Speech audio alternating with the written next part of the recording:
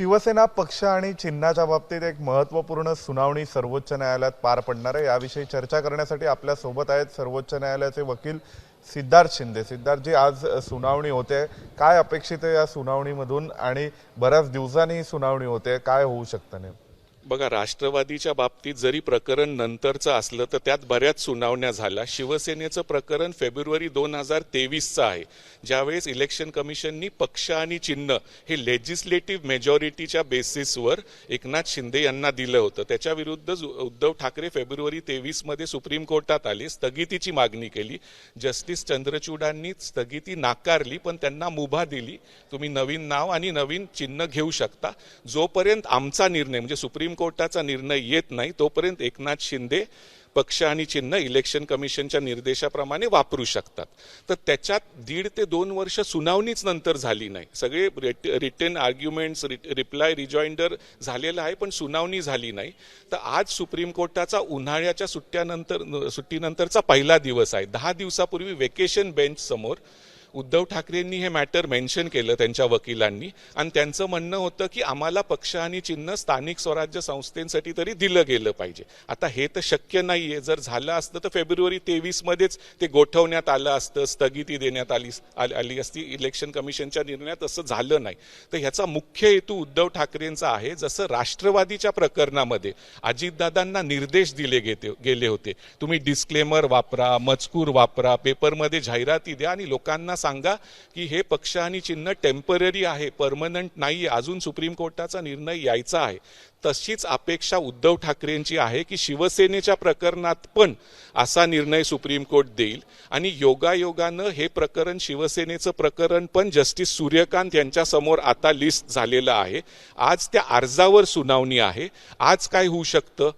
आज एकनाथ शिंदेंना हा जो उद्धव ठाकरेंचा अर्ज आहे त्याच्यावर एकनाथ शिंदेंना नोटीस इश्यू होईल, आणि 1 ते 2 आठवड्यात त्यांना रिप्लाय फाईल करण्यात सांगण्यात येईल, आणि त्याच्यावर सुनावणी होईल, काहीतरी निर्देश सुप्रीम कोर्ट देईल।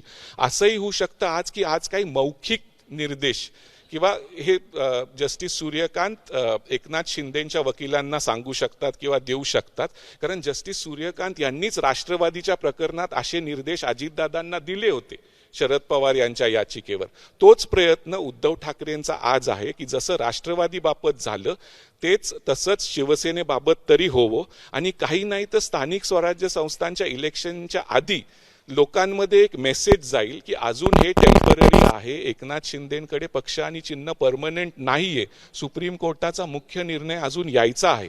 आणि तुम्ही जर विचारलं की सुप्रीम कोर्टाचा मुख्य निर्णय कधी येईल पक्ष आणि चिन्हाबाबतीचा, तर त्याच्यात काही महिने अजून लागू शकतात। माझ्या मते स्थानिक स्वराज्य संस्थांच्या इलेक्शन नंतरच शिवसेना आणि राष्ट्रवादी यांच्या पक्ष आणि चिन्हाचा निर्णय येईल, आणि हो, जर हा निर्णय त्याच्यावर अपील केला आहे उद्धव ठाकरे आणि शरद पवार यांनी, तर इलेक्शन कमिशनचा निर्णय एक तर सुप्रीम कोर्ट कायम ठेवू शकतं किंवा मग इलेक्शन कमिशनचा निर्णय बदलूही शकतं, आणि मूळ पक्ष आणि चिन्ह हे परत शरद पवार आणि उद्धव ठाकरे यांच्याकडे जाऊ शकतं।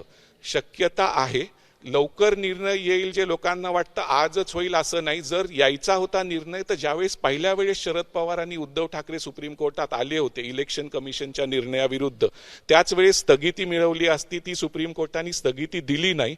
त्यामुळे एकनाथ शिंदे आणि अजित पवार हे अजून पण पक्ष आणि चिन्ह इलेक्शन कमिशनच्या निर्णयाप्रमाणे वापरत आहेत। उद्या म्हणजे काही महिन्यांनी हा निर्णय बदलूही शकतात। जसं राष्ट्रवादीमध्ये निर्देश दिले गेले होते अजितदादांना की तुम्ही मजकूर वापरा, की हे टेम्पररी आहे, परमनंट नाहीये, तीच अपेक्षा उद्धव ठाकरेंची आहे। उद्धव ठाकरेंचं म्हणणं आहे की माझं प्रकरण तर राष्ट्रवादीच्या आधीचं आहे, 1 वर्ष आधी। तर जर राष्ट्रवादीच्या बाबतीत असे निर्देश दिले गेले आहेत तर मग शिवसेनेच्या बाबतीत का नाही? आणि आज शक्यता काय आहे की हे निर्देश दिले जातील आज किंवा काही आठवड्यांनंतर, कारण जे राष्ट्रवादीचं प्रकरण जस्टिस सूर्यकांत यांच्या समोर होतं त्याच खंडपीठासमोर योगायोगानं शिवसेनेचं प्रकरण पण आलेलं आहे। हे प्रकरण आधी जस्टिस चंद्रचूड यांच्या समोर होतं, ते रिटायर झाल्यानंतर जस्टिस संजीव खन्ना 6 महिन्यासाठी चीफ जस्टिस होते। हे प्रकरण बोर्डावर आलं नाही, यायचं बोर्डावर पण सुनावणी झालीच नाही। आता उद्धव ठाकरेंनी वेकेशन बेंच समोर हे मेन्शन केलं, आणि आज उन्हाळ्याच्या सुट्टीनंतरचा पहिला दिवस आहे, हे मॅटर लिस्ट झालेलं आहे, आणि ह्याच्यात काहीतरी पॉझिटिव्ह उद्धव ठाकरेंना होईल अशी उद्धव ठाकरेंची अपेक्षा आहे आणि ते जर झालं तर त्यात काय वावगं ठरण्यासारखं नाही, काही होऊ शकतं.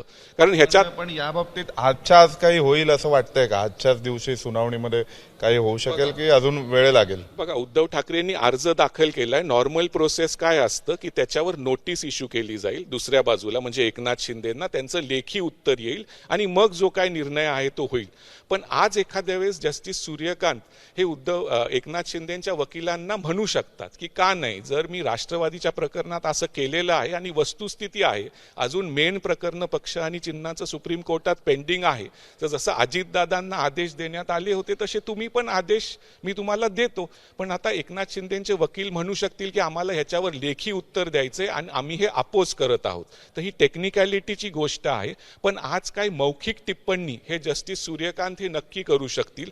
आणि ज्यांना कोणाला वाटतंय की हे प्रकरण पोचणार नाही, तसं नाहीये. आज सुप्रीम कोर्टाचा पहिला दिवस आहे, मिसिलेनियस डे आहे, त्यामुळे जे काय प्रकरण आहे ते 2 ते 3 मिनिटच चालतात. प्रकरण आयटम नंबर 23ला आहे. 11 वाजता कोर्ट नंबर 2 बसणार आहे. लंचच्या आधी 1 वाजेच्या आधी किंवा लंच नंतर 2 नंतर ह्याच्यावर नक्की काय आहे ते आपल्याला समजेल आणि आज ह्याच्यावर छोटीखानी सुनावणी देखील होईल, हे नक्की आहे. थँक्यू. आपल्या सोबत होते सिद्धार्थ शिंदे, ज्यांनी आत्ताच शिवसेना पक्ष आणि चिन्हाच्या विषयावरती आपल्यासोबत संवाद साधलेला आहे. व्हिडिओ जर्नलिस्ट वेद पांडेसह सोमेश कोलगे, एबीपी माझा, नवी दिल्ली.